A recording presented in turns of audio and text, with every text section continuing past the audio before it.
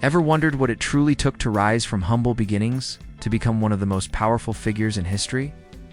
Tonight, as you drift into sleep, let us take you on a journey through the entire life of Julius Caesar, the man who forever changed the fate of Rome and the world, from his daring conquests to the betrayal that led to his downfall. Get ready to fall asleep to the incredible story of power, ambition, and fate. Julius Caesar was born on July 12, 100 BCE, into a time of political turmoil and strife in Rome.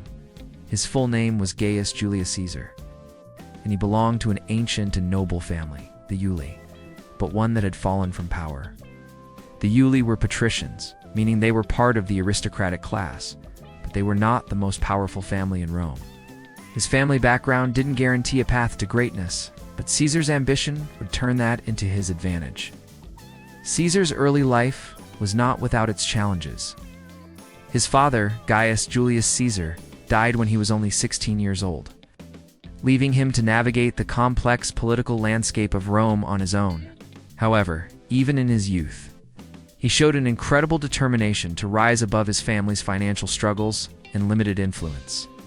He was well educated, receiving a typical Roman education in rhetoric, literature, and philosophy, which helped him develop his speaking skills, something that would serve him well in his future. At the time of Caesar's birth, Rome was transitioning from a republic to a more centralized form of rule. The Roman Republic was experiencing severe internal conflicts, from political corruption to class struggles. The Senate, the governing body of the Republic, was becoming increasingly divided, and this division created opportunities for ambitious individuals like Caesar. Though he came from a noble background, Caesar's family was not among the wealthiest or most influential families in Rome. His early years were spent trying to rise in the ranks of Roman politics, and his path to power was anything but smooth. In his 20s, Caesar began making moves to secure a place for himself in Roman society. He first became a member of the military, serving in Asia Minor and later in Spain, where he gained valuable experience and began to make a name for himself. During his time in Spain, he demonstrated extraordinary leadership skills and was even awarded the Corona Civica, prestigious honor given to those who saved the lives of fellow Romans in battle. But Caesar's rise was not just about military success. He understood the importance of alliances and political maneuvering. In 69 BCE, he became quaestor, one of the lowest-ranking positions in the Roman political system, but it was a start. He later took on various other political roles, including military tribune and aedile, which allowed him to build a solid reputation among the people in the Senate. However, it wasn't just Caesar's political career that would shape his future. His personal life played a significant role in his rise to power. His marriage to Cornelia, the daughter of a powerful political ally, helped him form crucial connections with influential families. But his life was also marked by controversy. Caesar's decision to divorce Cornelia after a strong push from Sulla, the dictator of Rome, was a bold move. At the time, Sulla had been consolidating power and wanted Caesar to marry a woman from a more politically convenient family. Caesar's refusal to follow Sulla's orders was not just an act of defiance. It was a statement of his independence and ambition, through a mix of military service, political strategy, and powerful alliances. Caesar began to make his name known throughout Rome. His early life was marked by both hardship and opportunity, but it was his determination and political savvy that set him on the path toward greatness. Little did Rome know, The young man from a fading aristocratic family was about to reshape its future forever. By the time Caesar reached his 30s, he had already begun to establish himself as a formidable force in Roman politics. His ambition knew no bounds, and he was determined to climb the political ladder no matter the cost. But Rome was a land of power struggles, where ambition alone couldn't guarantee success. Caesar understood that in order to achieve his goals, he would need powerful allies. In 60 BCE, Caesar formed one of the most famous political alliances in Roman history, the First Triumvirate. This was an unofficial behind-the-scenes partnership between three men: Caesar, Pompey the Great, and Crassus, the wealthiest man in Rome. The triumvirate was formed out of mutual need. Pompey was a brilliant military general who needed political support to solidify his victories in the East and secure land for his veterans. Crassus, on the other hand, was eager to expand his wealth and influence, particularly after his defeat in a campaign against the Parthian Empire. Caesar, ambitious and politically savvy, was the perfect middleman for the two. The alliance was based on each man's desire for power and their willingness to support each other's ambitions. With Pompey and Crassus behind him, Caesar was able to secure his election to the consulship in 59 BCE, one of the highest political offices in Rome. This was a significant achievement, as the consulship gave Caesar enormous influence and a platform to push through his political reforms. But Caesar didn't stop there. As consul, he immediately set out to pass legislation that would benefit his political allies and himself. One of his key achievements was a law that gave Pompey land for his veterans, a decision that strengthened their bond and ensured Pompey's loyalty. He also secured Crassus' support in his pursuit of a military command in Gaul, a region in northern Europe that had long been seen as a valuable prize. In exchange for his political favors, Caesar made sure that his allies, Pompey and Crassus, received the backing they needed to advance their own agendas. He had mastered the art of political maneuvering, using his position as consul to expand his own power while also elevating his partners. However, while the triumvirate was immensely powerful, it was also fragile. The men's personal ambitions and rivalries would eventually tear the alliance apart. But for now, Caesar was on top of the world. His military campaign in Gaul was about to begin, and it would prove to be the making of his career. He set out to conquer the wild, untamed lands of Gaul, a campaign that would not only bring him wealth and glory, but also secure his place in history as one of the greatest military minds of all time. As Caesar moved into Gaul with his legions, his popularity among the Roman people soared. His success in battle earned him the loyalty of his soldiers and the admiration of Rome's citizens. However, his increasing power and influence were beginning to worry his political rivals back in Rome. They saw him as a growing threat, and his alliance with Pompey and Crassus was no longer enough to keep him safe from those who wanted to see him fall. Caesar's rise to power was not without its challenges. He faced opposition from many quarters, including the Senate, which was filled with powerful men who saw his ambitions as a direct threat to the Republic. But Caesar's ability to navigate the complex web of Roman politics and his military successes made him nearly unstoppable. His quest for power was only just beginning, and the fate of Rome itself would soon be in his hands. Julius Caesar's military campaign in Gaul, which began in 58 BCE, would become the defining chapter of his career. Gaul, a vast region that roughly corresponds to modern-day France, Belgium, and parts of Switzerland, was inhabited by several fierce and independent tribes. The Roman Republic had long been interested in conquering Gaul, but the task had remained elusive. Caesar, however, saw the opportunity to achieve something monumental, and in doing so, cement his legacy. Caesar's invasion of Gaul was initially presented as a defensive measure to protect the Roman Empire from the barbaric tribes that inhabited the region. But it quickly turned into a campaign of conquest, with Caesar demonstrating his military genius by leading his legions through a series of bloody and decisive victories. Over the course of nearly a decade, Caesar would wage a campaign that would ultimately result in the subjugation of nearly all of Gaul. One of Caesar's greatest strengths as a military leader was his ability to think strategically and adapt to different combat situations. He was known for his quick thinking in the heat of battle, his skill in organizing his troops, and his ability to understand the psychology of his enemies. His strategy was often based on speed and surprise, and he frequently took risks that others would have considered foolhardy. Yet time and again, his tactics proved successful, and his reputation as a military genius grew. One of the most famous episodes of the Gallic Wars was the Battle of Alesia in 52 BCE. The Gauls, led by the chieftain Vercingetorix, had united in an attempt to repel Caesar's forces and free their homeland from Roman control. The battle took place at Alesia, a fortified hilltop settlement, and it proved to be one of the most difficult and complex military engagements in ancient history. Caesar's army, outnumbered and facing a determined enemy, managed to encircle the Gauls, cutting off their supplies and reinforcements. Vercingetorix, realizing that further resistance was futile, surrendered to Caesar, marking the end of serious Gallic resistance. The victory at Alesia solidified Caesar's control over Gaul, and it was a turning point in his career. Not only did it secure his reputation as a brilliant military leader, but it also earned him immense wealth and influence. Caesar's soldiers, who had fought tirelessly under his command, were rewarded with land and plunder, further securing their loyalty. Caesar's conquest of Gaul was not just a military victory. It was a political triumph that helped elevate him to a level of power previously unimaginable. But Caesar's conquest of Gaul also had significant consequences for Rome. As Caesar's fame grew, so did his influence. The Senate, once his ally, began to view him as a threat. His increasing power in the military, combined with his growing popularity with the Roman people, made him a formidable political force. Caesar's success in Gaul gave him the platform he needed to challenge the traditional power structures of the Roman Republic. Caesar's military achievements also brought immense wealth to Rome. The plunder from Gaul's cities, along with the tribute paid by the newly subjugated tribes, filled the Roman coffers.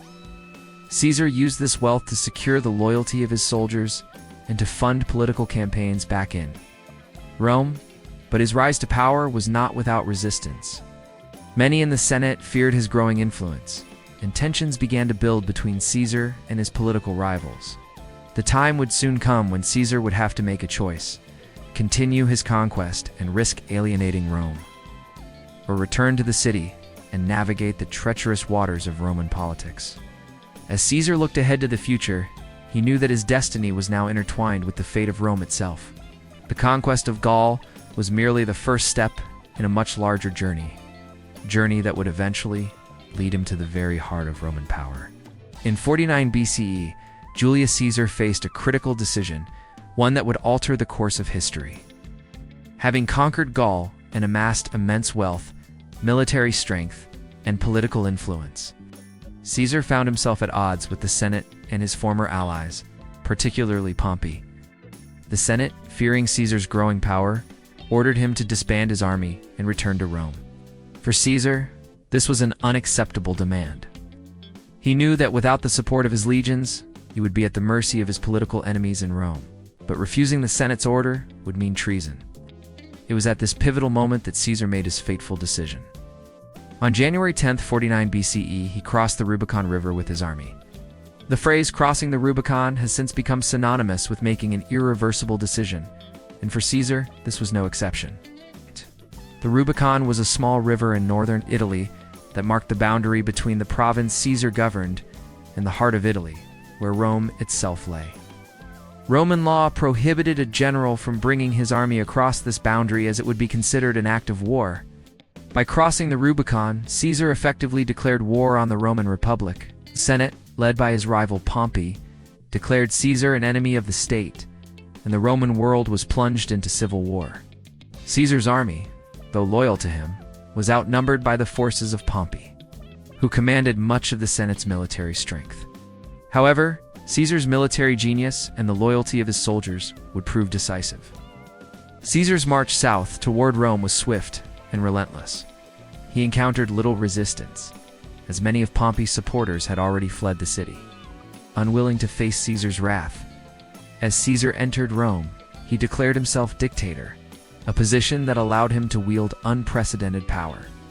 Pompey, recognizing that he could not win a direct confrontation in Italy, fled to the east, taking his forces with him.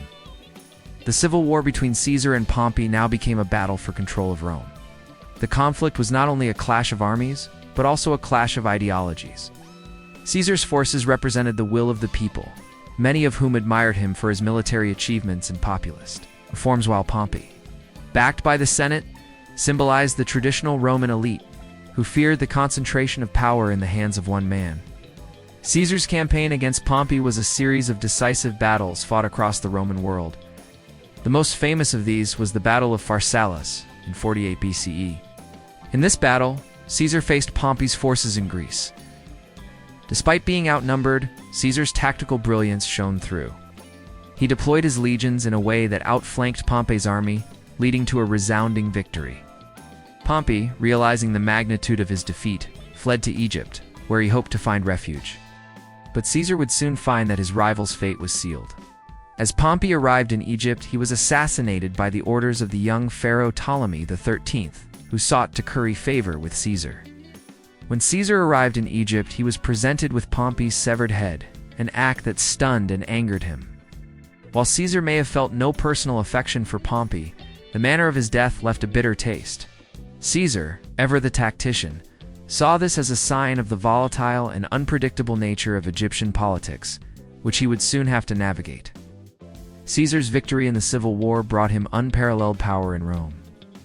But it also marked the beginning of his transformation from a general into a dictator. He would now set about reshaping Rome itself. But his actions would make him many enemies, and those enemies would eventually plot his downfall, civil war.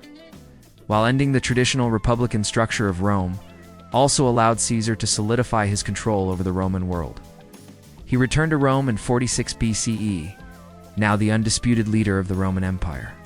His reforms, which included reorganizing the calendar, redistributing land to veterans, and centralizing power in his own hands, were designed to secure his rule. But with great power came great resentment. Caesar's consolidation of power left the Senate and many of Rome's elite feeling threatened. Once Julius Caesar had emerged victorious in the civil war, he set about transforming the Roman Republic into a system where he held the ultimate power. His actions during this time would not only shape Rome for years to come, but also make him a figure both revered and reviled by those who witnessed his rise. In 46 BCE, Caesar returned to Rome after his final victory over Pompey's supporters, having defeated his rivals across the Roman world. With Pompey gone, Caesar took on the role of dictator, a title that in theory was supposed to be temporary, granted only in times of crisis. However, Caesar would change the nature of this office, making it a permanent fixture of Roman government. In 44 BCE, he was named dictator for life, a title that signaled his absolute control over the Republic. This decision, though applauded by some, created deep divisions among those who feared that Caesar was becoming a monarch in all but name. One of Caesar's first actions as dictator was to introduce sweeping reforms. In many ways, these reforms were intended to strengthen Rome and address the issues that had plagued the Republic for centuries. One of his most significant reforms was the reorganization of the Roman calendar. Caesar, with the help of the Alexandrian astronomer Sosigenes, introduced the Julian calendar, which added leap years and made the months more consistent. This calendar would remain in use throughout much of Europe until the late 16th century. Caesar also made efforts to reform the Senate, increasing its membership and attempting to integrate provincial leaders and other important figures into the Roman political system.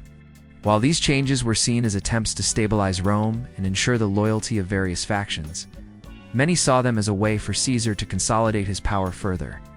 The Senate, once a body that held supreme authority in Rome, was now relegated to a more symbolic role as Caesar's power grew. Caesar also made significant economic and social reforms. He passed laws to address the growing wealth inequality in Rome, redistributing land to veterans and the poor. He enacted laws to curb the concentration of wealth in the hands of the elite, including measures to limit the amount of land any one individual could own. He also restructured the taxation system, which had long been a source of corruption. These reforms earned Caesar popularity among the lower classes, but they also made him enemies among the wealthy elites who felt their privileges were being threatened. In addition to his domestic reforms, Caesar also expanded Rome's influence abroad. He led campaigns in North Africa, where he defeated the forces of the last of Pompey's supporters, and in Spain, where he crushed the remnants of the opposition. These victories not only brought immense wealth and glory to Caesar, but also demonstrated his military prowess and further solidified his reputation as one of Rome's greatest leaders. However, despite his successes, Caesar's growing power continued to provoke resentment. His concentration of authority, his disregard for traditional Roman political structures, and his autocratic rule alarmed many in the Senate. A group of conspirators, led by Brutus and Cassius, two men who had once been close to Caesar, began to plot his assassination. They believed that by killing Caesar, they could restore the Roman Republic and prevent Rome from sliding into monarchy, although Caesar was widely supported by the people and had earned the loyalty of his legions. His reforms and absolute power made him enemies in the Senate. The plot to assassinate him was set into motion, and it was only a matter of time before the Senate would act. Despite the growing threat to his life, Caesar appeared increasingly confident in his rule. believing that his actions were justified by the necessity of strong leadership. As he moved further into his dictatorship, the inevitable clash between Caesar and those who sought to preserve the Roman Republic became more intense. The seeds of his assassination had been sown, and it was clear that the powerful figure who had conquered Gaul and crushed his rivals was now facing his greatest challenge, the very Senate that once hailed him as a hero. Caesar's reforms had made him a champion for the people, but they had also made him the target of those who could not accept a man wielding so much power. On the Ides of March, 44 BCE, Julius Caesar's fate was sealed in the Senate house in Rome. The man who had risen from a modest patrician family to become the most powerful figure in the Roman world was assassinated by a group of his closest allies and former friends. His death was a turning point in Roman history, marking the end of the Roman Republic and the beginning of the rise of the Roman Empire. Caesar had many enemies among the Roman elite, particularly in the Senate. Although he had implemented reforms that won him support among the common people, his concentration of power and disregard for traditional Republican ideals made him deeply unpopular with many senators. His title as dictator for life and his willingness to bypass the Senate had alarmed those who feared that Caesar was aiming to become a king. In Roman political thought, monarchy was seen as the antithesis of the Republic, which was based on shared power between elected officials. The conspiracy to assassinate Caesar was led by two prominent senators, Marcus Junius, Brutus, and Gaius Cassius, Longinus. Both men had once been loyal to Caesar, and Brutus, in particular, had a personal connection to him. Brutus was believed to be Caesar's illegitimate son, though Caesar had treated him as a trusted ally. However, both Brutus and Cassius were deeply concerned about the direction Caesar was taking Rome and feared that his actions would destroy the Republic for good. They believed that by killing Caesar, they could restore power to the Senate and prevent the rise of a monarchy. The conspiracy had been carefully planned, and the date was chosen for maximum effect, the Ides of March, a date that was known throughout Rome. Caesar had been warned about the plot by soothsayers and friends, including his wife Calpurnia, who had a dream foretelling his death. But Caesar, confident in his power, dismissed the warnings and went to the Senate that day as usual. On that fateful day, as Caesar entered the Senate house, he was greeted by a group of senators, including those who had been part of the conspiracy. They surrounded him, and one by one they attacked him with daggers. According to historical accounts, Caesar was stabbed 23 times. The most famous moment came when Brutus, one of the conspirators, allegedly struck Caesar, prompting the dying words, "Et tu, Brute, and you, Brutus." Whether these words were actually spoken or a later invention by Shakespeare, the sentiment captures the deep sense of betrayal Caesar must have felt. Caesar's death sent shockwaves through Rome. His assassination did not lead to the restoration of the Republic. As the conspirators had hoped, instead it set off a new wave of civil conflict. Caesar's death created a power vacuum, and his adopted son, Octavian, later known as Augustus, along with his ally Mark Antony, moved quickly to consolidate power. The conspirators had hoped to return to the old system of governance, but they were soon swept aside by those who wanted to carry on Caesar's legacy. In the aftermath of his death, the Roman world would never be the same. Caesar's assassination had far-reaching consequences, not just for Rome, but for the world. It marked the end of an era, with the fall of the Roman Republic and the rise of imperial rule. Although Caesar's life was cut short, his legacy lived on. His conquests, his political reforms, and his vision for Rome laid the foundation for the future Roman Empire. The idea of a single leader holding supreme power, something that Caesar had practiced during his dictatorship, would eventually come to define the Roman Empire under his successors. But Caesar's death was also a reminder of the fragile nature of power. Even the most powerful men in history are vulnerable to betrayal and the forces of those who seek to preserve the status quo. His assassination is a tragic chapter in the story of Rome, but it also serves as a powerful symbol of the eternal struggle between those who seek power and those who fear its consequences. Julius Caesar's assassination on the Ides of March in 44 BCE had set in motion a series of events that would irrevocably change the course of Roman history. The conspirators who had plotted his death believed they were saving the Republic, but in reality, they had only hastened its end. Rather than restoring the balance of power in Rome, Caesar's murder created chaos, civil war, and the eventual rise of a new form of rule of the Roman Empire. Immediately following Caesar's death, Rome was plunged into confusion. The senators who had assassinated him expected that the Republic would be restored with power returning to the Senate. However, Caesar had been immensely popular with the people of Rome, and his death sparked outrage. The conspirators quickly realized they had miscalculated. The citizens of Rome, who had enjoyed the benefits of Caesar's reforms, now saw the Senate's actions as an attack on the people's leader. In the wake of the assassination, Caesar's supporters rallied in the streets demanding justice. One of the key figures who emerged after Caesar's death was Mark Antony, Caesar's loyal lieutenant and one of his closest allies. Antony had been a central figure in Caesar's military campaigns, and he quickly assumed control of Caesar's armies. He also took charge of the political machinery that Caesar had left behind. Antony's speeches, including his famous oration at Caesar's funeral, played a significant role in turning public opinion against the conspirators. In his speech, Antony cleverly invoked Caesar's memory and his legacy of reform, stirring the emotions of the Roman populace. The crowd's reaction was violent, and the conspirators were forced to flee the city. But Antony's rise to power was not uncontested. Another key figure in Caesar's aftermath was Octavian, Caesar's grandnephew and adopted son. Octavian, who would later become Augustus, was only 18 years old at the time of Caesar's death, but he was determined to claim his inheritance. Caesar had adopted Octavian as his son in his will, and Octavian's position as Caesar's heir gave him a powerful claim to leadership. Despite his youth and inexperience, Octavian proved to be an astute and ambitious politician, capable of navigating the dangerous political landscape that followed Caesar's assassination. At first, Antony and Octavian were allies, forming a political partnership to avenge Caesar's death and defeat the forces of the conspirators. Together with Lepidus, another loyal ally of Caesar, they formed the Second Triumvirate in 43 BCE, the Triumvirs Antony. Octavian and Lepidus became the new ruling power in Rome, and they quickly set out to eliminate their enemies. The Triumvirs pursued the assassins of Caesar, and many of the conspirators, including Brutus and Cassius, were eventually defeated at the Battle of Philippi in 42 BCE, but the alliance between Antony and Octavian was fragile. Both men were ambitious and sought to claim the mantle of leadership for themselves. Tensions between the two grew as they competed for control of Rome.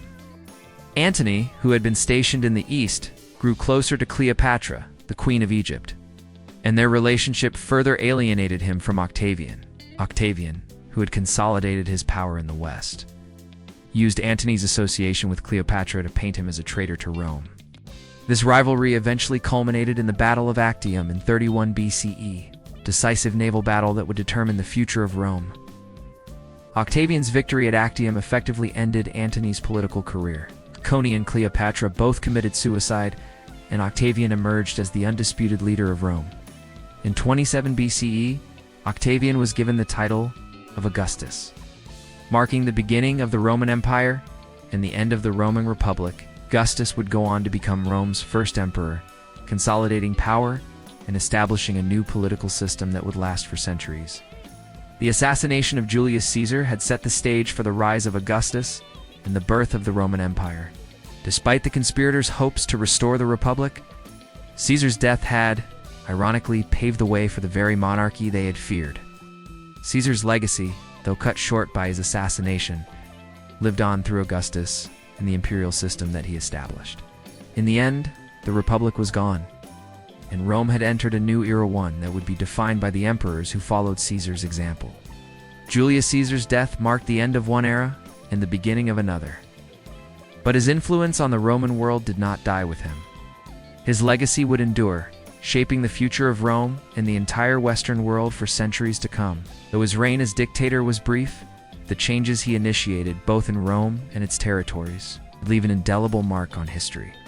One of the most significant aspects of Caesar's legacy was his military genius. His conquest of Gaul, which spanned nearly a decade, not only expanded the Roman Empire to its greatest territorial extent, but also solidified Caesar's reputation as one of the greatest military commanders in history. His ability to adapt to ever-changing battle conditions, his tactical brilliance, and his leadership of his troops made him virtually unstoppable. The Gallic Wars were not just a military triumph. They were also a personal testament to Caesar's determination and vision for Rome.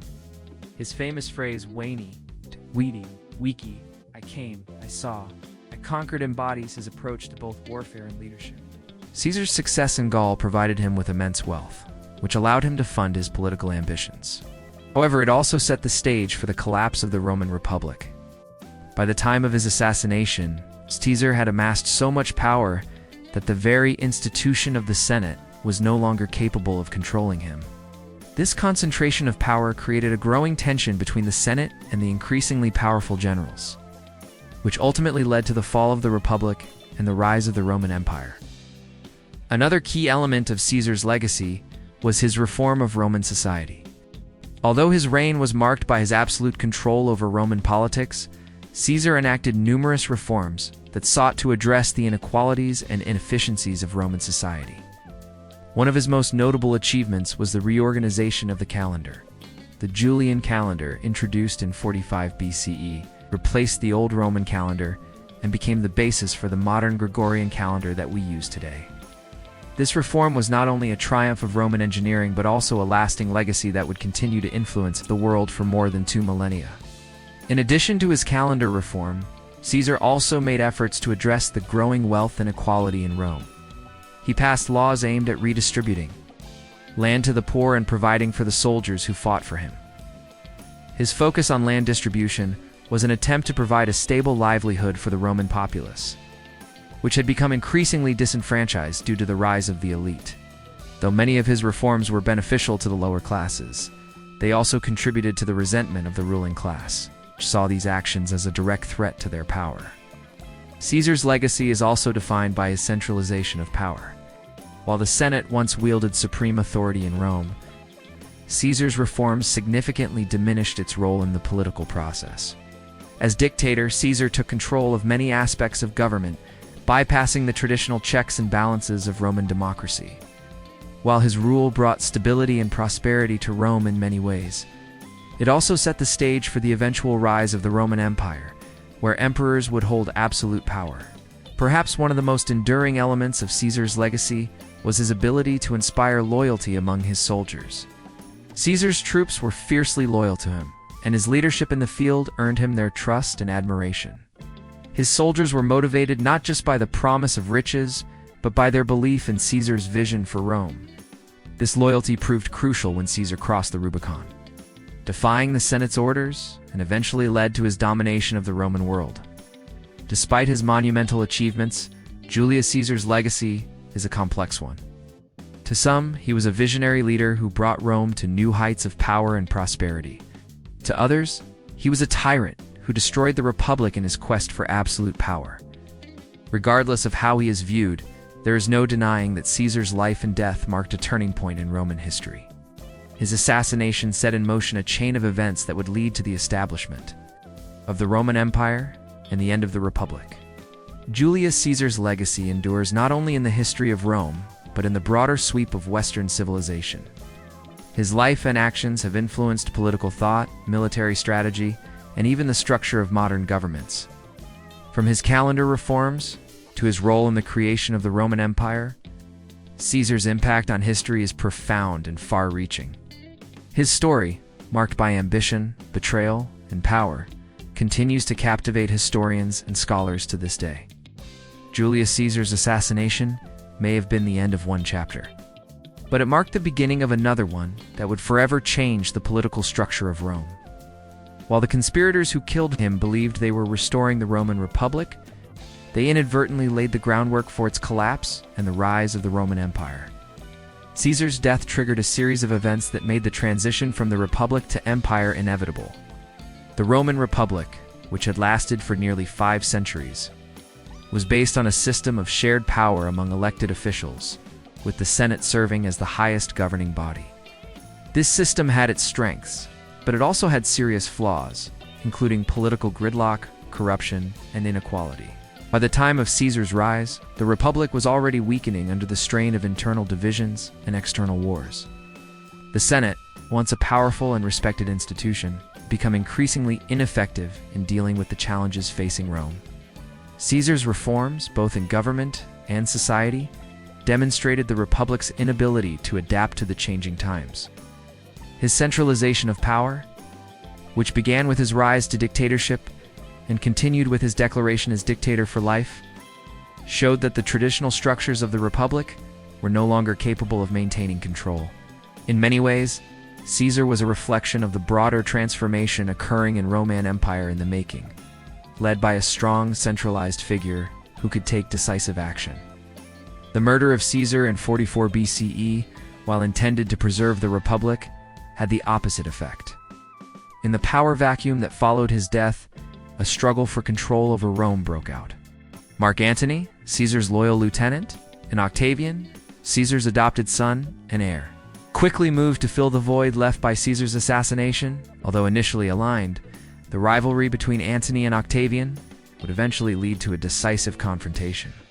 In 43 BCE, Octavian, Antony, and Lepidus formed the Second Triumvirate, a political alliance that aimed to avenge Caesar's death and eliminate the conspirators who had killed him. The triumvirs gained control over Rome and carried out prescriptions, public lists of enemies, to be executed. This period of political purges further destabilized the Roman Republic and paved the way for a more autocratic system of government. Despite their shared goals, the relationship between Octavian and Antony began to deteriorate. Octavian, the younger and more politically astute of the two, eventually used Antony's relationship with Cleopatra to turn public opinion against him. In 31 BCE, the two men faced off at the Battle of Actium, a naval confrontation that would determine the future of Rome.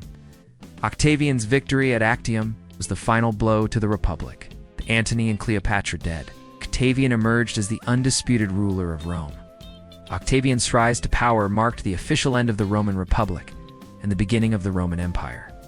In 27 BCE, Octavian was given the title of Augustus by the Senate, and he became the first Roman emperor. Though Augustus maintained the outward forms of the Republic, such as the Senate and the consuls, he held supreme power.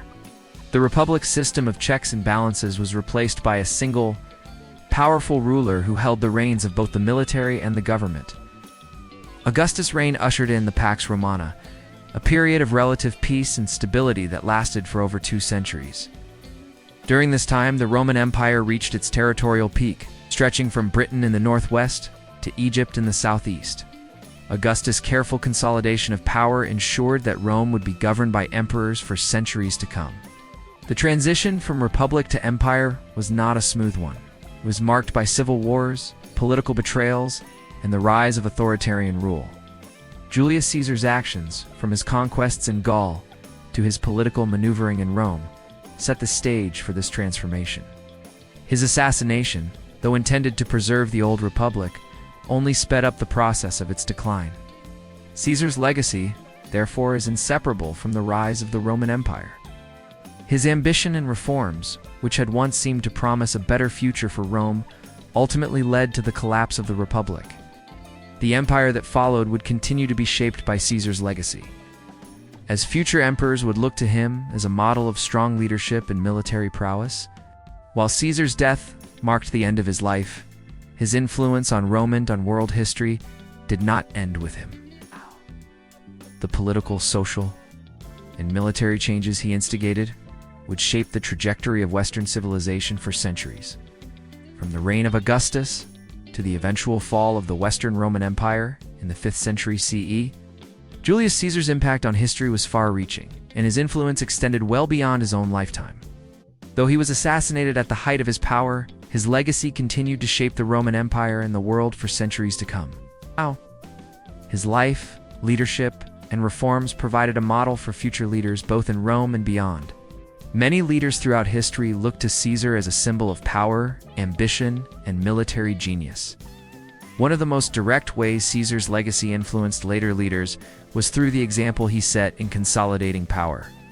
Caesar's rise to dictatorship, marked by his conquest of Gaul, his defiance of the Senate, and his eventual appointment as dictator for life, set the precedent for future rulers who sought to centralize authority. After Caesar's death, His adopted son, Octavian, followed in his footsteps. Octavian, later Augustus, would not only become the first emperor of Rome, but would also usher in a new era of imperial rule that fundamentally changed the political structure of the Roman world. Augustus, though careful to maintain the outward forms of the Republic, ruled with the same absolute power that Caesar had sought. The title Caesar became synonymous with emperorship, and it would be used by all future Roman emperors as part of their official title. The title Imperator Caesar Augustus became the hallmark of the Roman emperorship, and it reflected Caesar's lasting influence on the imperial system. His ambition to control Rome's military and political apparatus became the model for the emperors who followed. Any Roman rulers saw themselves as his heirs. Caesar's military genius also left a profound impact on subsequent leaders. His campaigns in Gaul, his battles against Pompey, and his leadership during the Civil War demonstrated his unparalleled strategic thinking and battlefield tactics. Many future military commanders, both within the Roman Empire and outside of it, studied Caesar's tactics and sought to emulate them. Napoleon Bonaparte, the French emperor, was one of the most famous leaders who openly admired Caesar's military achievements and used his strategies as a blueprint for his own conquests. Napoleon's admiration for Caesar went beyond military tactics.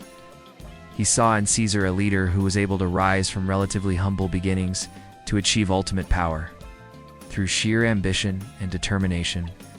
Like Caesar, Napoleon pursued his military campaigns with relentless energy and pursued reforms that centralized power in his own hands. He even modeled his own rise to power after Caesar's, calling himself Emperor of the French in a way that mirrored Caesar's self-proclamation as dictator. Beyond military leaders, Caesar's legacy also impacted the way political power was understood in later centuries. His transition from general to dictator for life challenged the traditional notions of leadership and governance.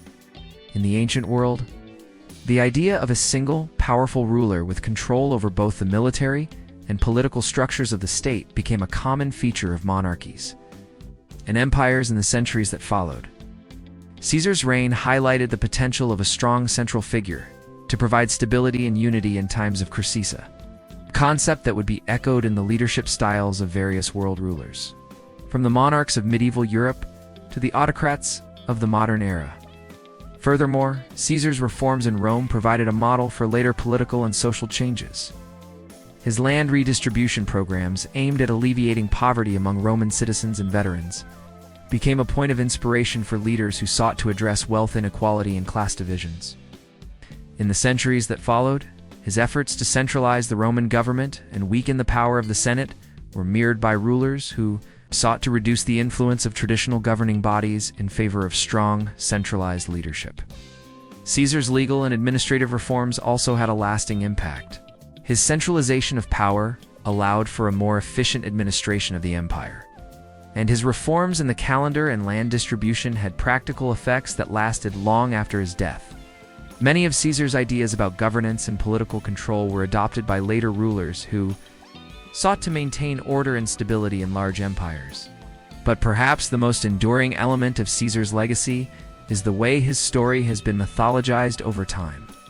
His life, death, and the political changes he ushered in have been the subject of countless stories, plays, and historical accounts. His assassination, in particular, has been immortalized as a symbol of betrayal and the fragility of power. The phrase "et tu, Brute" has become a powerful representation of the personal costs of leadership and the devastating effects of political ambition. Shakespeare's play Julius Caesar is just one example of how his life and death have been interpreted in literature and culture for centuries. In addition to the works of literature, Caesar's image has been used by political leaders, artists, and thinkers to symbolize strength, leadership, and the complexity of power. His life has been a source of inspiration and cautionary tale for those who seek to achieve greatness through ambition, military conquest, and political maneuvering. Julius Caesar's influence on history cannot be overstated. His life, his rise to power, and his reforms fundamentally changed the Roman world, setting the stage for the Roman Empire. His legacy as a military genius, a political reformer, and a figure of immense ambition has influenced countless leaders throughout history. From Napoleon Bonaparte to modern-day rulers, Caesar's story continues to serve as a model, a warning, and an inspiration for those who seek to wield power and shape the future. Julius Caesar's influence extends far beyond the realms of history and politics.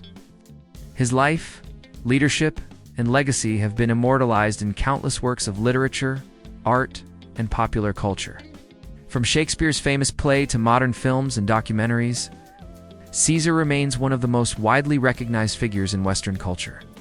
His story is not just that of a Roman general and statesman, but also of ambition, betrayal, and the complex nature of power elements that continue to resonate with audiences across centuries. Perhaps the most famous portrayal of Caesar in popular culture is William Shakespeare's Julius Caesar. It's written in 1599. The play focuses on the events surrounding Caesar's assassination and the political fallout that followed. Shakespeare's work presents Caesar not only as a powerful leader, but as a tragic figure, whose ambition and trust in those around him ultimately led to his downfall. The famous line, "Et Brute," spoken by Caesar as he sees Brutus, his close ally among his assassins, has become a symbol of the ultimate betrayal. Shakespeare's portrayal of Caesar has left an indelible mark on how we view the leader caught between divine right, personal ambition, and the harsh realities of political power. Caesar's depiction in Shakespeare's play also highlights the themes of leadership and loyalty, which have continued to be explored in countless other works of fiction. His life, marked by extraordinary military conquests and political upheaval, provides a backdrop for stories about the price of power and the complexities of human relationships.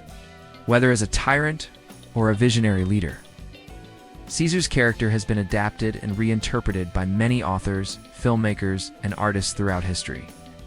In modern cinema, Julius Caesar is often portrayed as a larger-than-life figure, a symbol of both greatness and tragedy.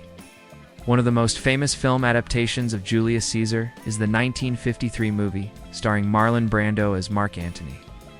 The film follows the events of Caesar's assassination and its aftermath, highlighting the tension between Caesar's ambition and the values of the Roman Republic.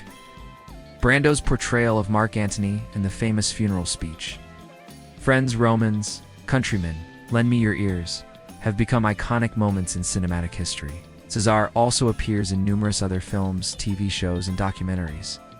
He is often depicted as a strategic genius, a leader who both captivated and manipulated the people of Rome. In the popular HBO series Rome 2005 to 2007, Caesar, portrayed by Sharon Hines, is shown as a complex figure, a man of ambition, yet also one of emotional depth. The show explores Caesar's relationships with key figures like Cleopatra and his political rivals, offering a nuanced portrayal of his life and death. Beyond the world of drama and cinema, Caesar's name has become a part of the broader lexicon and culture. The title Caesar was used by later emperors, becoming synonymous with rulership and imperial authority. The word Tsar in Russia and Kaiser in Germany both trace their origins to Caesar, demonstrating the lasting impact of his reign. The idea of a powerful ruler who commands both loyalty and fear has been perpetuated in the political systems of many nations. Influenced by the model of Caesar's centralization of power, in addition to his role as a political figure, Caesar has also been the subject of modern interpretations and critiques. Historians, political theorists, and philosophers have long debated the impact of his reign. Some view him as a champion of the people, fighting to level the playing field between Rome's elites and the common folk. Others see him as the embodiment of the danger of unchecked power, an individual whose rise to dominance ultimately led to the end of the Roman Republic and the birth of the Roman Empire. In either case, Caesar's legacy continues to serve as a point of reflection on the nature of leadership and the fragility of political systems. Caesar's military conquests, too, have been a rich source of inspiration in modern culture. His campaigns in Gaul, his strategy at the Battle of Alesia, and his march across the Rubicon have been subjects of countless historical books and documentaries. His genius as a military commander is studied by modern military leaders and strategists, and his battles remain part of the curriculum in military academies around the world. Caesar's ability to inspire loyalty in his troops and his uncanny tactical mind are qualities that have made him an enduring symbol of military leadership. Julius Caesar's legacy also extends to the realm of politics and leadership theory. His ability to consolidate power, bypass traditional governing institutions, and rule as a sole authority has made him an enduring subject of analysis for those interested in the dynamics of leadership. In many ways, Caesar embodies the potential for both the creation and the destruction of a political system. His life and death serve as a cautionary tale about the dangers of absolute power, but also as an example of the power of an individual leader to shape the course of history. From ancient Rome to modern times, Julius Caesar continues to captivate the imagination of people across the world. His story of ambition, achievement, and tragedy resonates with audiences of all ages. Whether viewed as a hero or a tyrant, his life and death continue to inspire countless stories, debates, and reflections on the nature of power and leadership. One of the most enduring aspects of Julius Caesar's legacy was his profound impact on the Roman military. His reforms, leadership, and battlefield strategies not only expanded the Roman Empire, but also transformed the way the Roman army operated. By the time of his assassination in 44 BCE, Caesar had revolutionized military tactics, set the foundation for Rome's imperial expansion, and earned the loyalty of his soldiers, solidifying his place as one of history's greatest military commanders. Caesar's military career began with his early service in Asia Minor and Spain, but it was his campaigns in Gaul that would truly cement his reputation. His ability to inspire loyalty in his soldiers was crucial to his success. While previous Roman commanders had relied heavily on the traditional Roman legions, Caesar innovated by incorporating a more flexible structure and tactics that allowed his army to respond to a wide variety of situations. This flexibility was one of the keys to his success in Gaul, where he faced various tribes with different fighting styles and terrains. One of Caesar's most notable military strategies was his use of fortifications. During the Gallic Wars, he frequently built fortified camps at the end of each day's march, which provided his troops with security and a strong defensive position. These camps were carefully constructed with ditches and ramparts, making them nearly impenetrable. This not only protected Caesar's soldiers but also gave them a psychological advantage edge. Camp was a reminder of their leader's strategic brilliance and foresight. In battle, Caesar was known for his swift and decisive tactics. He often employed surprise attacks, using his army's speed and adaptability to catch his enemies off guard. He also made use of feigned retreats, tricking the enemy into thinking they were losing, only to turn around and launch a counterattack when they pursued. One of the most famous examples of this strategy was at the Battle of Alesia, where Caesar's army, though surrounded by a much larger force, managed to trap and defeat the Gallic army led by Vercingetorix in one of the most brilliant military engagements of the ancient world. Caesar's innovations weren't limited to tactics alone. He was a master of logistics, ensuring that his army was always well supplied and equipped for the challenges they faced. He restructured the Roman military to provide more efficient training and organization, and his reforms included regular pay for soldiers, which ensured their loyalty to him. Roman soldiers who had previously been volunteers became more professional under Caesar's command. He was one of the first commanders to truly understand the importance of maintaining the morale and loyalty of his troops. This connection between Caesar and his soldiers became legendary. His men trusted him implicitly, following him through difficult campaigns and even into political battles back in Rome. In addition to these reforms, Caesar's leadership style also influenced the role of the military in Roman politics. Prior to his rise, the Roman army had been largely under the control of the Senate, but Caesar changed this by consolidating military power into his own hands. He built a loyal army that was beholden to him, not to the Senate. This directly led to his crossing of the Rubicon in 49 BCE, when he defied the Senate's orders to disband his army, ultimately leading to the civil war that would change the course of Roman history. Caesar's success on the battlefield also provided him with the wealth necessary to fund his political ambitions. The spoils of war from his campaigns, particularly in Gaul, allowed him to strengthen his position in Rome, gaining the support of the people and his soldiers. The wealth and prestige he accumulated also provided him with the political leverage to secure powerful allies, such as Pompey and Crassus, leading to the formation of the First Triumvirate. The military victories Caesar achieved made him a hero in the eyes of the Roman populace, and his soldiers, richly rewarded with land and spoils, became fiercely loyal to him. However, it was not just Caesar's tactical brilliance that made him a formidable leader. His deep understanding of the psychology of war and his ability to inspire his troops set him apart from other commanders. He was known for his personal courage, often leading from the front and sharing in the hardships of his men. This earned him the respect and admiration of his soldiers, who were willing to follow him into the most dangerous situations. His soldiers saw him not just as a general, but as a leader who cared for their well-being and shared their ambitions. This bond between Caesar and his army was one of the key factors that contributed to his success.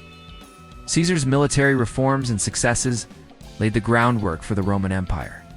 His ability to maintain loyalty within his ranks, his innovations and tactics, and his understanding of military logistics and organization became the foundation for the Roman army that would go on to dominate the Mediterranean world for centuries. After his death, his reforms were carried on by his successors, particularly by Augustus, who would become the first emperor of Rome. The Roman legions that Caesar helped to shape would go on to conquer vast territories, extending Rome's power from the British Isles to the deserts of Egypt. Caesar's influence on the Roman army did not end with his death. His military legacy continued to shape the strategies and structure of the army for generations. His campaigns in Gaul and his strategies in battle became models of military success, studied by generations of military commanders. Julius Caesar's military genius has been recognized as one of the most significant in history, and his innovations in army structure, logistics, and tactics continue to be taught in military academies around the world. The Roman Senate, once a powerful governing body in the Roman Republic, became a crucial element in the political rise and eventual downfall of Julius Caesar. The Senate had initially functioned as the backbone of the Republic, with elected officials making decisions on laws, foreign policy, and military matters. However, by the time Caesar ascended to power, the Senate was weakened by corruption, inefficiency, and political infighting. Caesar's reforms, while aimed at stabilizing Rome, also undermined the Senate's authority, leaving a legacy of centralized power and, ultimately, the transformation of Rome from a republic to an empire. Caesar's relationship with the Senate was complex. On the one hand, he was a member of the elite ruling class and had initially worked within the Senate to secure his political career. On the other hand, as his power grew, he became increasingly at odds with the Senate, which was filled with men who feared his growing influence. Caesar's rise to power was a direct challenge to the traditional Senate-led government, and his reforms would leave an indelible mark on Rome's political system. One of Caesar's most notable reforms was the expansion of the Senate itself. When he became dictator, he increased its membership from about 600 to 900, including many of his supporters from the provinces. This was a strategic move designed to ensure that the Senate would be filled with those loyal to him. By bringing in individuals from outside Rome's elite, Caesar diluted the power of the traditional aristocratic families who had controlled the Senate for centuries. While this helped Caesar gain more control, it also led to a loss of prestige and influence for the traditional Senate class. In addition to expanding the Senate, Caesar enacted a series of legislative reforms aimed at improving the lives of Rome's citizens. He passed laws to provide land to veterans, redistributed wealth, and reformed the tax system, making it more efficient and less corrupt. These measures were hugely popular with the Roman people, but they alienated the Senate. Many senators felt that Caesar was overstepping his bounds by bypassing traditional political processes. His push for political reforms also made it clear that the Senate's power was no longer central to Rome's political structure. Caesar's centralization of power was one of the most contentious aspects of his rule. While the Senate still technically existed, it became a more symbolic institution under Caesar's rule. His dictatorship allowed him to make decisions without the need for Senate approval, effectively sidelining the Senate in favor of a more autocratic system. This shift in power was a direct challenge to the Republic, which had been built on the principle of shared power among elected officials. Caesar's actions signaled the end of the traditional republican system and set the stage for the rise of the Roman Empire, where the emperor would hold ultimate authority. The Senate's inability to adapt to the changing political landscape of Rome made it increasingly irrelevant. In the face of Caesar's power, while the Senate remained the formal governing body, it was Caesar who made the decisions, and his reforms further entrenched his control over Rome's political and military systems. This shift in power became evident when Caesar declared himself dictator for life in 44 BCE, a title that gave him supreme authority over all aspects of Roman governance. The Senate, once the center of Roman political life, was now a mere shadow of its former self. Caesar's reforms were not limited to just political changes. His economic and social policies were also designed to strengthen Rome's power and reduce the influence of the Senate. For example, he passed laws to address land distribution, helping to settle veterans and the poor in new territories. He also sought to reduce the growing economic inequality in Rome by redistributing wealth and providing food and entertainment for the masses. These measures earned him the loyalty of the Roman people, but they further alienated the Senate, which saw these actions as a direct threat to their own power. Despite the Senate's objections, Caesar's reforms were effective in stabilizing Rome and addressing some of the issues that had plagued the Republic for years. His reforms reduced corruption, streamlined the administration, and provided relief to the poor and disenfranchised. However, the cost of these reforms was the dissolution of the Roman Republic's political structures. By the time of his death, Caesar had effectively dismantled the traditional republican system, replacing it with a system where power was concentrated in the hands of one individual, the dictator. The senators who opposed Caesar's rule saw him as a tyrant who was destroying the republic for his own benefit. These concerns culminated in the Ides of March 44 BCE, when a group of senators led by Brutus and Cassius assassinated Caesar in an attempt to restore the republic. However, Caesar's death did not return power to the Senate. Instead, it plunged Rome into another period of civil war, which ultimately resulted in the rise of Caesar's adopted son Octavian, who would become Augustus, the first emperor of Rome. In many ways, Caesar's reforms laid the groundwork for the Roman Empire. By weakening the Senate and centralizing power in the hands of one man, Caesar made it possible for a single ruler to control Rome. His assassination, though intended to preserve the Republic, ultimately led to the end of the Roman Republic and the establishment of the Roman Empire. Augustus, Caesar's heir, would continue many of the reforms Caesar had initiated, but he would do so under the title of emperor, marking the beginning of a new era in Roman history. Caesar's relationship with the Senate and the political reforms he enacted marked a turning point in Roman history. While his actions may have been seen as a betrayal of the Republic, they were also a reflection of the changing needs of Rome as an empire. The Senate, once the heart of Roman power, was no longer capable of ruling Rome, and Caesar's reforms were a necessary step in Rome's evolution into an empire. The fall of the Roman Republic is often seen as a gradual process, marked by political corruption, economic inequality, and military disintegration. Julius Caesar's rise to power and the reforms he instituted was the culmination of centuries of internal strife within the Roman state. While his assassination in 44 BCE was the immediate cause of the Republic's collapse, the events that followed Caesar's death, along with the changes he brought during his rule, made it clear that Rome would never return to its former republican glory. The Roman Republic, established in 509 BCE, was built on the idea of shared power among elected officials. The Senate, made up of Rome's aristocratic class, held significant political power, and consuls were elected to lead the government. However, by the time of Julius Caesar, the Republic had begun to deteriorate. The Senate had become corrupt, rife with factionalism, and often incapable of addressing the pressing issues of the day. Political power had shifted away from the Senate, and military leaders like Caesar had become the true power brokers. Caesar's rise was not a sudden event, but the result of a series of reforms and actions that gradually diminished the Senate's authority. By the time he was appointed dictator for life in 44 BCE, Caesar had effectively sidelined the Senate. His reforms, including the expansion of the Senate to include his allies and supporters, were intended to strengthen his position, but also further weakened the Senate's power. The Roman political system had always been based on a balance of power, but Caesar's centralization of authority disrupted this balance, making it clear that the Republic could no longer function as it had. The Senate's inability to check Caesar's growing power was indicative of a larger problem within the Republic. The failure of its political institutions to adapt to the changing needs of an expanding empire.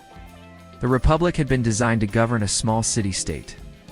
But as Rome grew in size and power, its political structure struggled to keep up. The military, which had once been a tool of the Senate, had become more loyal to individual generals, who were often able to bypass the Senate to achieve their own political ambitions. Caesar's successful military campaigns in Gaul and his subsequent rise to power revealed the Republic, its inability to maintain control over its own soldiers. Additionally, the economic inequality in Rome had reached a breaking point by the time of Caesar's rise. The wealth of Rome's elite had grown exponentially, while the common people, particularly the plebeians, had grown increasingly disillusioned. Caesar's populist reforms, including land redistribution and food programs, were designed to address these issues. While they were popular with the people, they alienated the Senate, which viewed them as a challenge to their own wealth and influence. These reforms further divided Rome's political elite, making it difficult for the Republic to function as a unified government. Caesar's assassination in 44 BCE was seen by many as a final attempt to restore the Republic. But it had the opposite effect. The conspirators, led by Brutus and Cassius, believed that by killing Caesar, they could return Rome to its republican roots. However, Caesar's death created a power vacuum that would lead to even greater instability. His supporters, including Mark Antony and his adopted son Octavian, quickly moved to fill the void left by Caesar's death. The struggle between Antony and Octavian for control of Rome would eventually lead to the end of the Republic. The civil wars that followed Caesar's assassination were marked by the same political and military turmoil that had characterized the Republic's decline. As the fighting raged on, it became increasingly clear that Rome's system of government was no longer viable. The Senate had become a shadow of its former self, and power was increasingly concentrated in the hands of military leaders.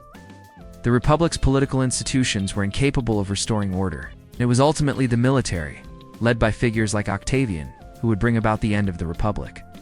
In 27 BCE, Octavian emerged victorious from the civil wars and was granted the title of Augustus by the Senate.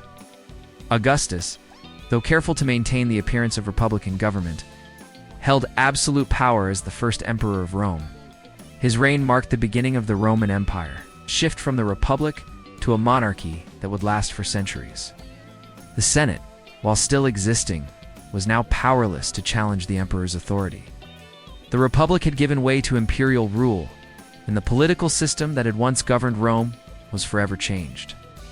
The fall of the Roman Republic was not caused by a single event, but by a series of political, military, and economic failures that had built up over time.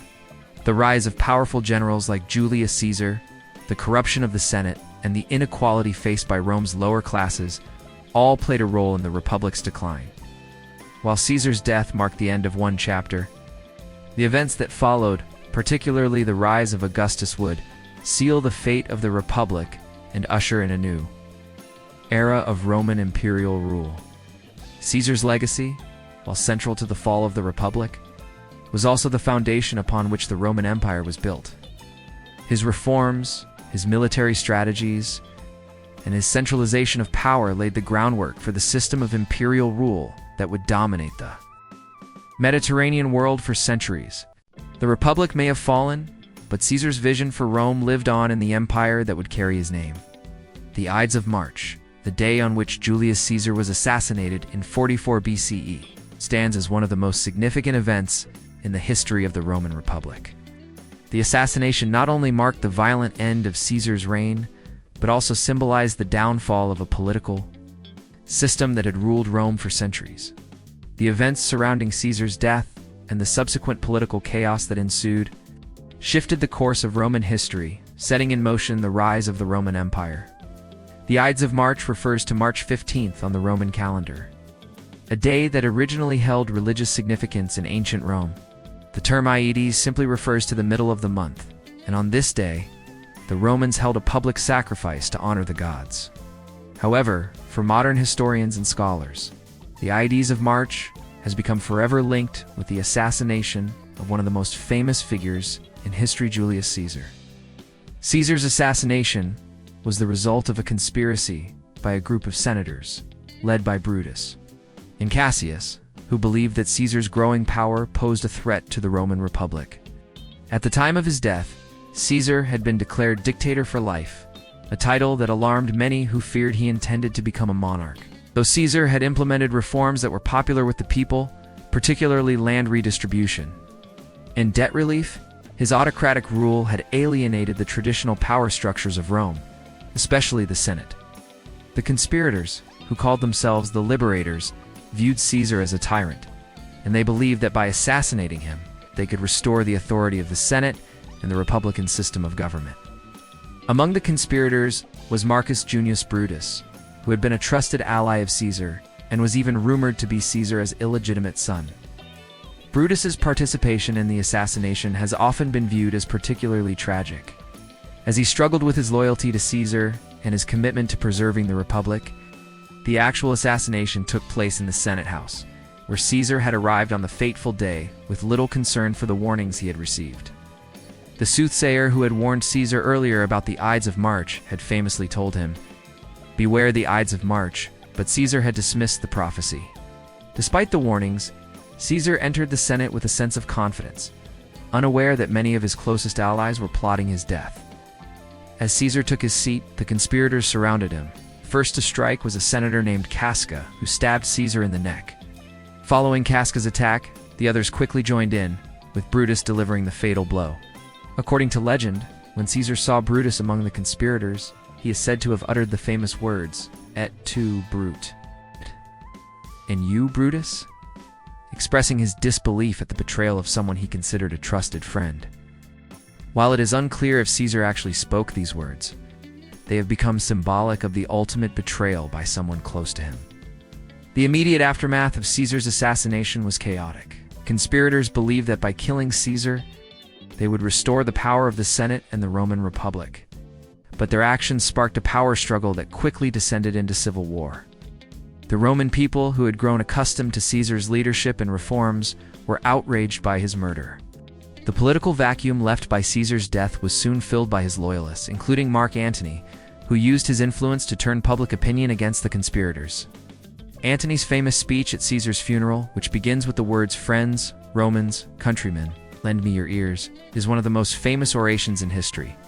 In it, Antony cleverly turns the Roman crowd against the conspirators, using emotional appeal to highlight Caesar's virtues and his legacy of reforms. The speech, which incites the crowd to riot and seek vengeance against the conspirators, marked the beginning of the struggle for control of Rome that would lead to a new era of imperial rule. While the death of Caesar was meant to restore the Republic, it instead paved the way for the rise of Octavian, Caesar's adopted son, and the eventual establishment of the Roman Empire. The civil wars that followed Caesar's death led to the defeat of the conspirators and the eventual victory of Octavian, who would become Augustus, the first emperor of Rome. Augustus's reign marked the end of the Roman Republic and the beginning of the Roman Empire, a transformation that would shape the course of history for centuries to come. The Ides of March and Caesar's assassination thus marked the end of an era in Roman history. While Caesar's reign had been marked by military conquests, political reforms, and efforts to stabilize the Republic, his death set in motion the collapse of the Roman political system and the rise of a new form of government. The events surrounding the Ides of March are a testament to the fragility of power and the complexities of political ambition. In modern times, the Ides of March has become a symbol of political betrayal, assassination, and the volatile nature of power. Caesar's death has been the subject of countless works of literature, art, and historical analysis, and it continues to captivate the imagination of people around the world. The story of the Ides of March serves as a reminder that even the most powerful leaders are vulnerable to the forces of betrayal and political intrigue, and that history is often shaped by moments of violence and upheaval. Julius Caesar's life and legacy had a profound and lasting impact, not just on Rome, but on the entire Western world. His influence reached far beyond the borders of the Roman Empire, shaping the course of history and leaving a mark on military, political, and cultural systems for centuries to come. Even today, Caesar is often viewed as one of the greatest figures in world history. With his reign marking the transition from the Roman Republic to the Roman Empire and heralding a new era in governance and military strategy, one of the most significant aspects of Caesar's legacy is the transformation of Rome from a republic to an empire. By the time of his assassination in 44 BCE, Caesar had accumulated unprecedented power, sidelining the Senate and becoming a dictator for life. His centralization of authority, though initially aimed at stabilizing Rome, ultimately paved the way for the autocratic rule of his successors. Following his death, the civil wars that ensued eventually led to the rise of Augustus, Caesar's adopted son, who would become the first Roman emperor. Augustus's reign marked the formal end of the Republic and the beginning of imperial rule. But it was Caesar's rise that set the stage for this monumental shift in governance. Caesar's political legacy lies not only in his reforms, but also in his ability to navigate the complex Roman political system. As a military commander, he was able to use his successes on the battlefield to solidify his position in Rome. Using his conquests in Gaul and his victory in the Civil War to build a powerful network of supporters. He understood the importance of loyalty both in the military and among the Roman people.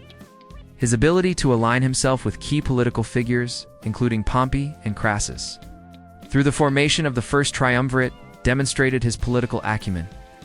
While the triumvirate was ultimately short-lived, it played a pivotal role in Caesar's rise to power.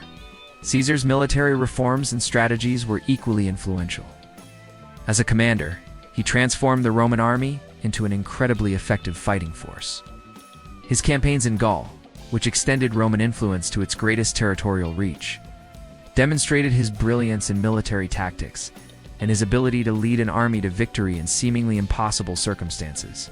His use of fortifications, rapid movements, and strategic surprise attacks set new standards for military leaders. Caesar's campaigns were not just about conquest, they were about shaping the future of Rome and its people. The loyalty he inspired in his soldiers, through his leadership and generosity, ensured that his army was one of the most effective in the ancient world.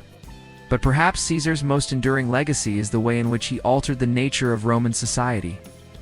His reforms aimed at addressing social and economic issues were seen as progressive for their time. Caesar's land redistribution programs, which provided land to veterans and the poor, were designed to address the growing inequality in Roman society. He also implemented measures to reduce corruption, reformed the tax system, and worked to stabilize the Roman economy. These reforms were immensely popular with the people but alienated the Roman elite, who saw their own power and influence threatened by Caesar's centralization of authority. His influence also extended to the cultural and social fabric of Rome. Caesar's reforms touched on almost every aspect of Roman life, from religion to the calendar. One of his most significant achievements was the reform of the Roman calendar, which led to the creation of the Julian calendar. This new calendar, which included leap years and a more consistent system for months, became the basis for the modern Gregorian calendar used today. Caesar's ability to implement such widespread changes demonstrated his vision for a more organized and efficient state. The impact of Caesar's reign was felt far beyond the military and political spheres. His cultural legacy is seen in the way subsequent emperors, particularly Augustus, continued many of his reforms. Augustus built on Caesar's military conquests, extending the Roman Empire to its greatest territorial expanse. He also retained many of Caesar's popular policies, including land redistribution and the celebration of military victories. Augustus' reign marked the height of the Roman Empire, but it was built upon the foundation laid by Caesar. In addition to the political and military changes Caesar introduced, his death marked a shift in Roman culture as well. His assassination, followed by the ensuing power struggles and civil wars, became a symbol of political instability and the danger of unchecked ambition. The phrase, "Et tu, Brute?" the alleged words Caesar spoke when he saw his close friend Brutus among his assassins, has since become a symbol of betrayal. Caesar's assassination and the subsequent rise of Augustus shaped the way future rulers viewed power and leadership. It marked the end of the Roman Republic, but also the beginning of a new era, one that would see the rise of imperial rule and the eventual spread of Roman culture and law across Europe and beyond. Caesar's influence on Western civilization can still be felt today, not only in the way we view leadership and governance, but also in the cultural and political ideals that have shaped the modern world. The idea of a single leader with the power to enact sweeping reforms, the influence of military strength in determining political power, and the legacy of Roman law all trace their roots back to Caesar's reign. While his ambition and reforms may have led to the collapse of the Republic, they also laid the groundwork for the Roman Empire, which would dominate the Mediterranean for centuries. The influence of Julius Caesar, both as a military leader and a political reformer, has continued to resonate throughout history. His life, and the political system he helped to shape, has served as both a model and a cautionary tale for leaders in centuries to come. Whether viewed as a hero or a tyrant, Caesar's role in shaping the future of Rome and the Western world is undeniable. Following Julius Caesar's assassination, the fate of Rome was forever altered. Caesar's death did not bring an end to his influence. In fact, it was the beginning of a new chapter that would see the transformation of Rome from a republic into an empire. The political chaos and power struggles that followed his murder eventually led to the rise of Augustus, Caesar's adopted son, who would become the first emperor of Rome. This period of transition was crucial in defining the future of the Roman world. After Caesar's assassination in 44 BCE, Rome descended into a series of civil wars. The conspirators, believing that Caesar's death would restore the Roman Republic, were quickly proven wrong. Caesar's death left a power vacuum, and his supporters, including Mark Antony and Octavian, his adopted son, moved quickly to fill it. What followed was a struggle for control between these two men, each vying for supremacy in the Roman political world. The power struggle reached its peak with the Battle of Actium in 31 BCE. Mark Antony, who had been Caesar's ally, had forged a political and personal relationship with Cleopatra of Egypt, and this alliance further alienated him from the Roman Senate and the people. Octavian, Caesar's heir, seized upon Antony's relationship with Cleopatra as a tool to rally public sentiment against him. The two forces met in a decisive naval battle at Actium, where Octavian's fleet, under the command of Agrippa, defeated Antony's forces. This victory effectively ended the civil wars and left Octavian as the undisputed ruler of Rome. In 27 BCE, Octavian, now the sole ruler of Rome, was granted the title of Augustus by the Senate, marking the official transition from the Roman Republic to the Roman Empire.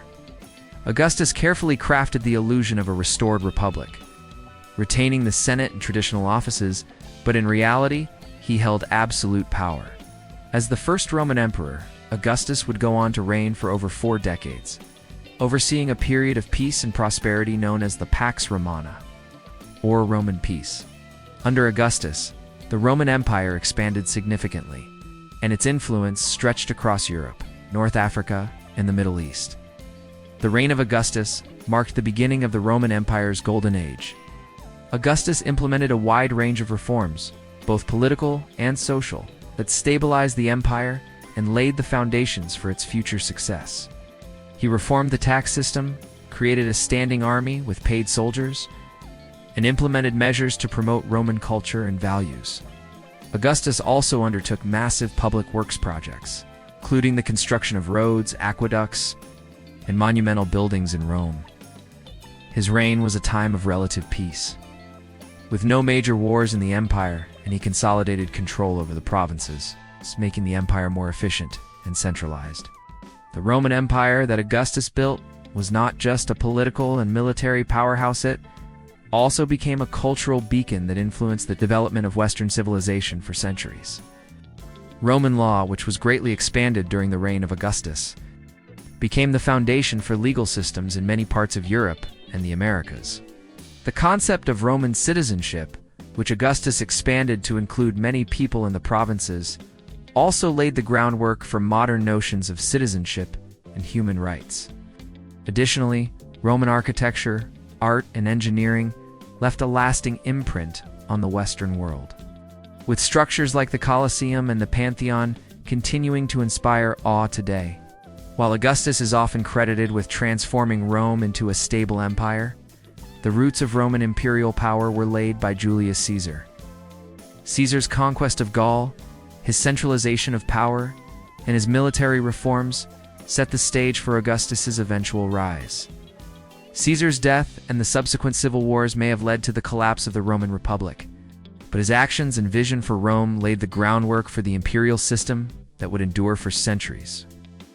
Caesar's reforms in the military, his extension of Roman territory, and his ability to inspire loyalty in his soldiers provided the foundation upon which Augustus built the empire. After Augustus, the Roman Empire would continue to expand and evolve. Successive emperors would build upon the systems established by Augustus, though not without challenges.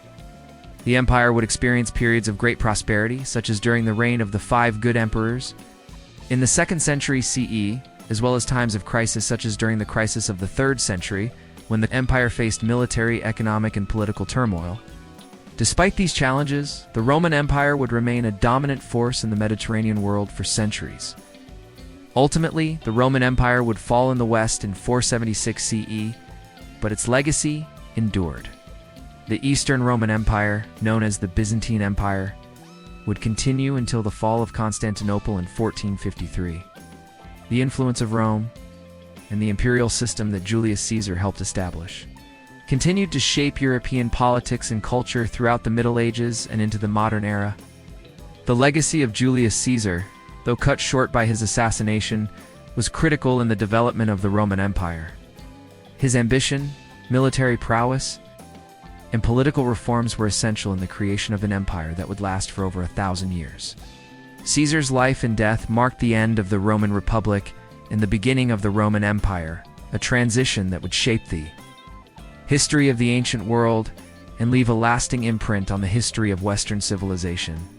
Julius Caesar's assassination in 44 BCE may have brought an abrupt end to his life, but it set in motion a series of events that would lead to the establishment of the Roman Empire, a new political structure that would endure for centuries.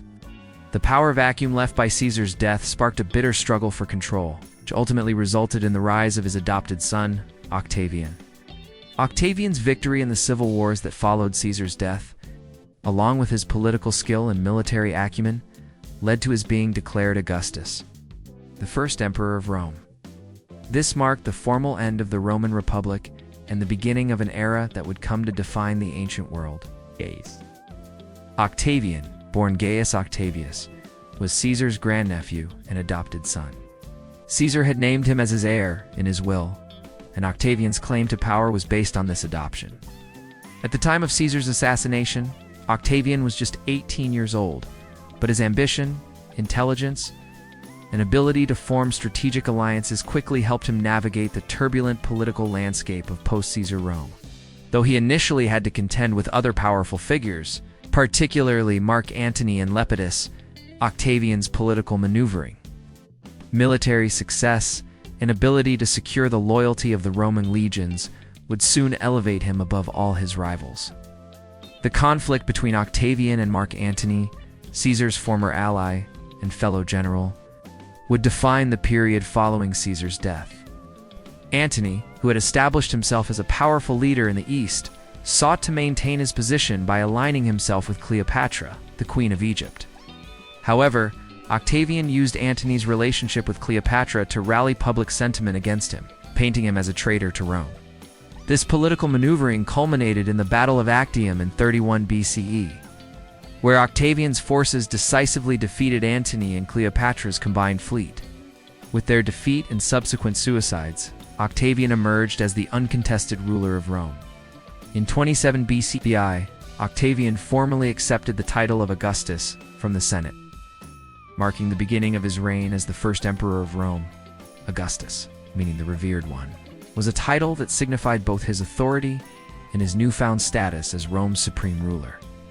Though Augustus maintained the outward forms of the Roman Republic, including the Senate and other republican institutions, he effectively held absolute power.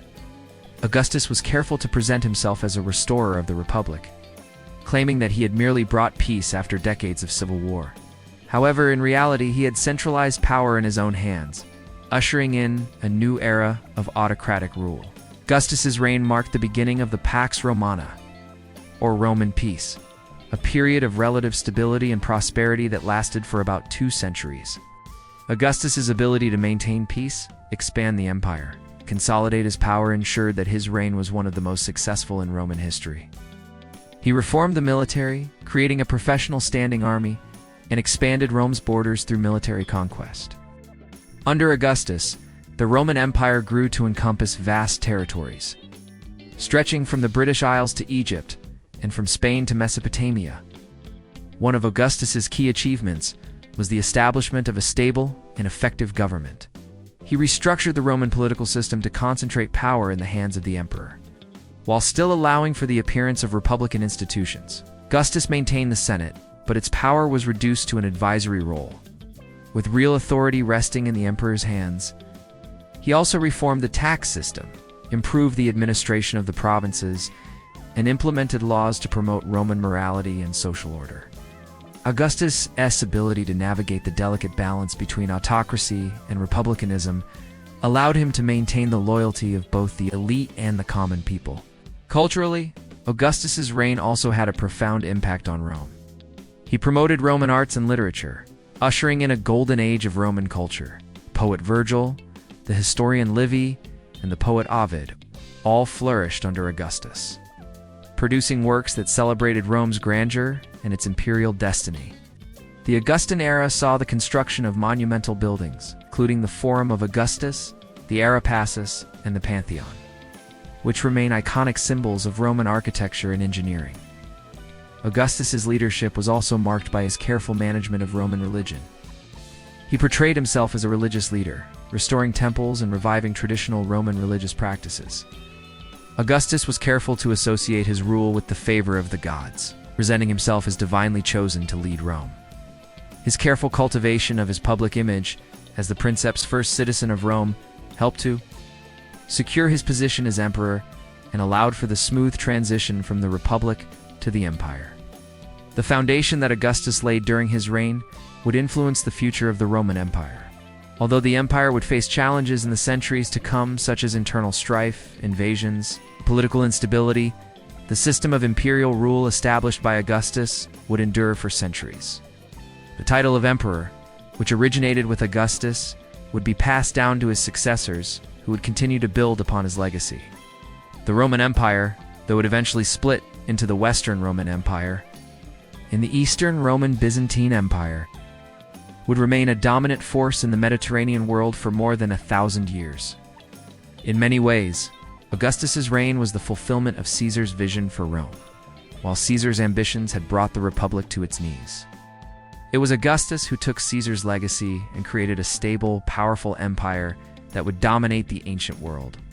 Augustus's political savvy, military acumen, and cultural patronage ensured that his reign marked the beginning of an era of unprecedented power for Rome. Though Julius Caesar's death brought an end to his life, his vision for Rome lived on through Augustus and the empire he built. The transformation of Rome from a republic to an empire would leave an indelible mark on the history of the Western world.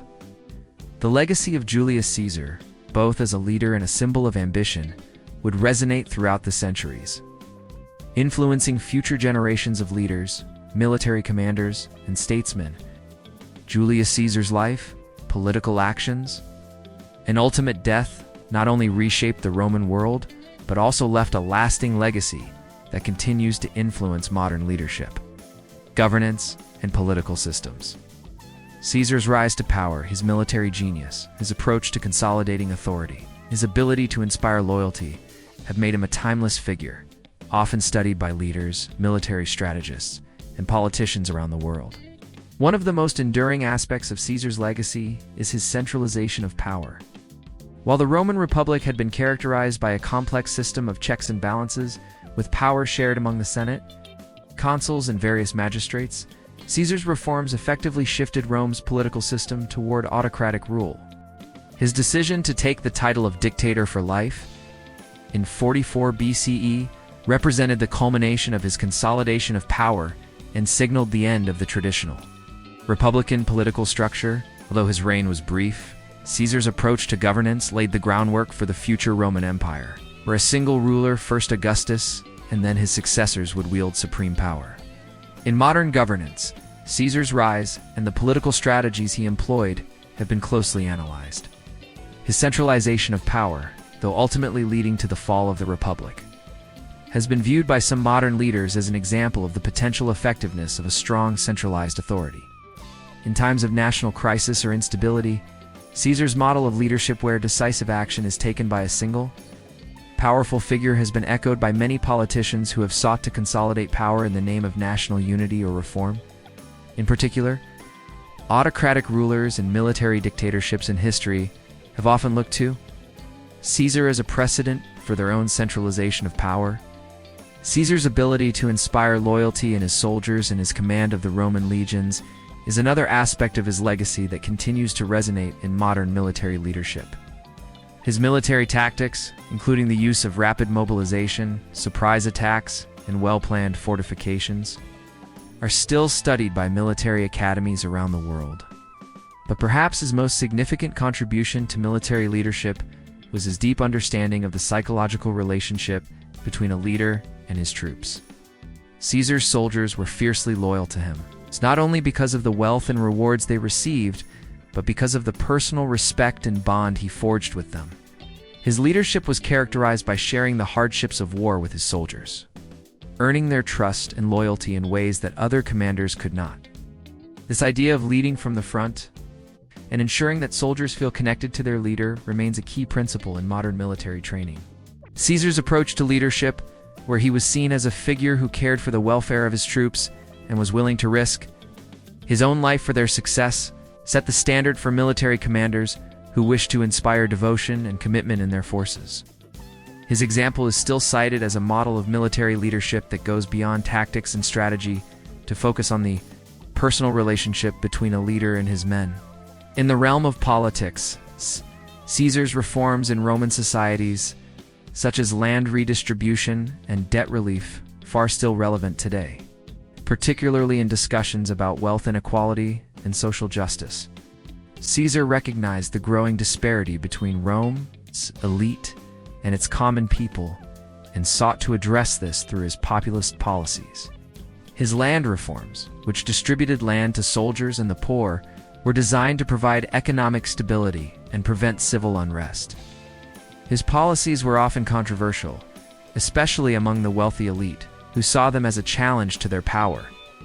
However, Caesar's focus on the welfare of the lower classes served as a reminder that political leaders must address the needs of all citizens, not just the wealthy or powerful.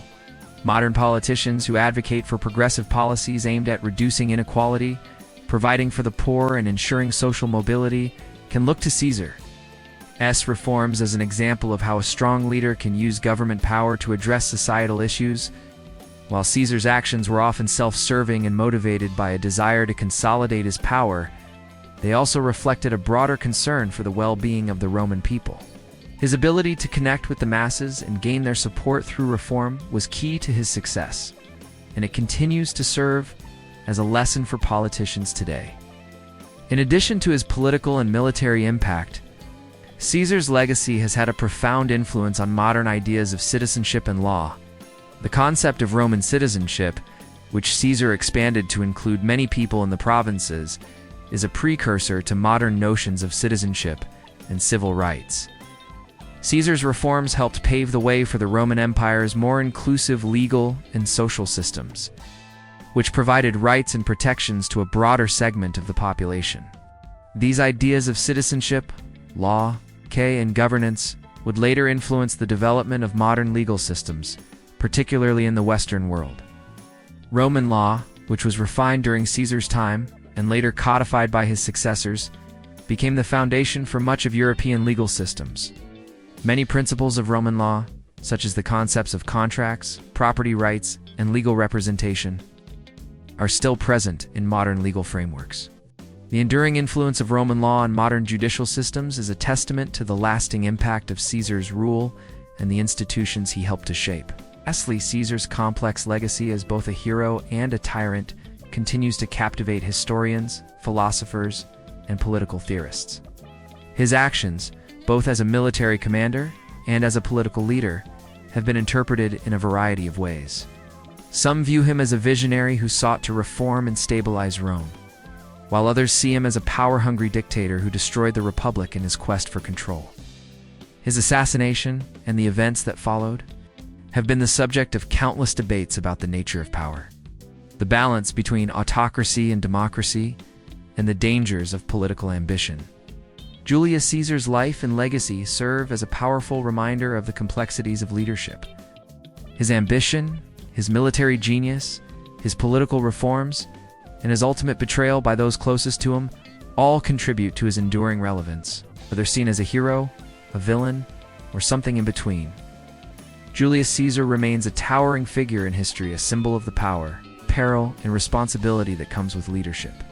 Julius Caesar's impact transcends his historical role as a military leader and politician, evolving into a powerful symbol in modern politics.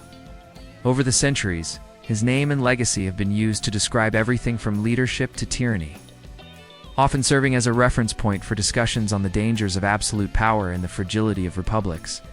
His life and death continue to resonate in modern political discourse, offering valuable lessons about ambition, governance, and the consequences of overreaching. One of the most enduring aspects of Caesar's symbolism in modern politics is his association with the dangers of autocracy. Caesar's rise from general to dictator for life in 44 BCE provides a cautionary tale about the corrupting influence of absolute power. In a world where political leaders often navigate a fine line between strong leadership and tyranny, Caesar's ambition to centralize power serves as a reminder of the potential consequences.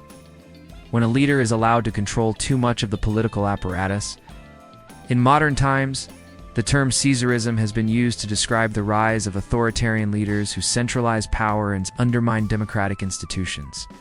The rise of such leaders, often backed by populist movements, reflects a historical pattern of charismatic figures seeking to amass power and, in doing so, destabilize or dismantle democratic systems.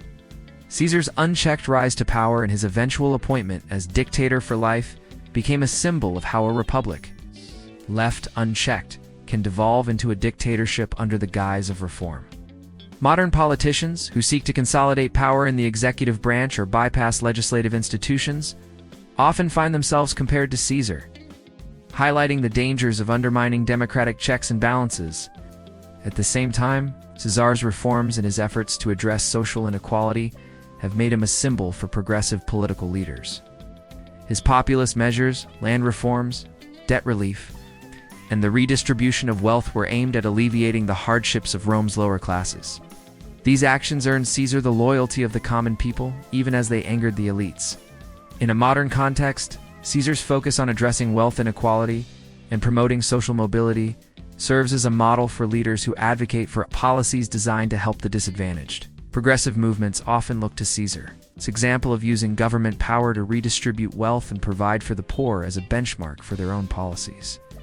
However, Caesar's ability to win the favor of the people also raises questions about the role of populism in modern politics.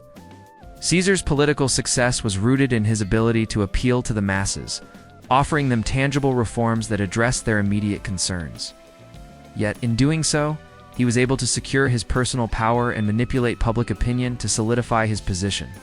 In modern political discourse, this tension between populism and the concentration of power is a recurring theme.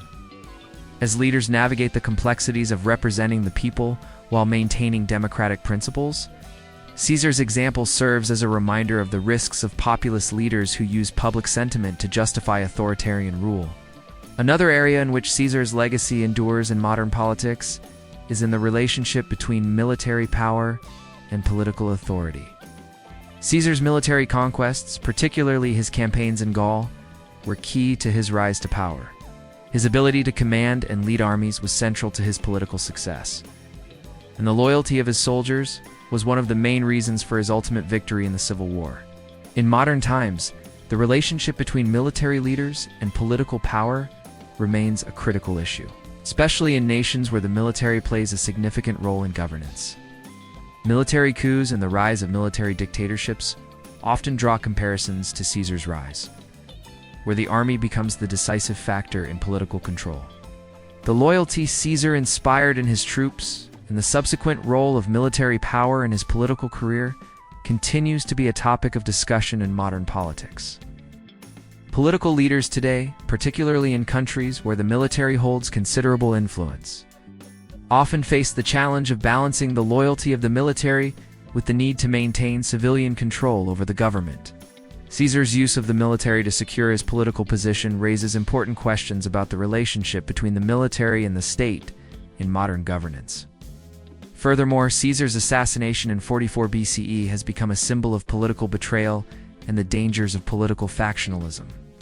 The conspirators who killed Caesar believed they were acting in the best interests of the Roman Republic, but their actions set in motion a series of civil wars that would ultimately lead to the fall of the Republic and the rise of the empire. In modern politics, the concept of political betrayal, whether by close allies, party members, or political rivals, remains a powerful theme. Caesar's assassination is often invoked in discussions about political backstabbing, the fragility of political alliances, and the consequences of intra-party conflict. The phrase, et tu, Brute, which Caesar allegedly uttered upon seeing his close ally Brutus among his assassins, has become a symbol of ultimate betrayal. This phrase is used in modern political discourse to describe situations in which individuals are betrayed by those they trust the most. Whether in reference to personal betrayal or political maneuvering, the image of Caesar's last moments continues to haunt political discussions about loyalty, trust, and power. Julius Caesar's legacy is not confined to the history books. It is alive and well in modern political thought. His life and death offer valuable lessons about the nature of power, ambition, and leadership. Whether viewed as a tyrant who destroyed the Republic or a reformer who sought to address the inequities of his time, Caesar's influence continues to shape the way we understand politics and governance today. His story is one of ambition, betrayal, and transformation, and it remains a powerful lens through which we examine the complexities of leadership and the fragility of political systems.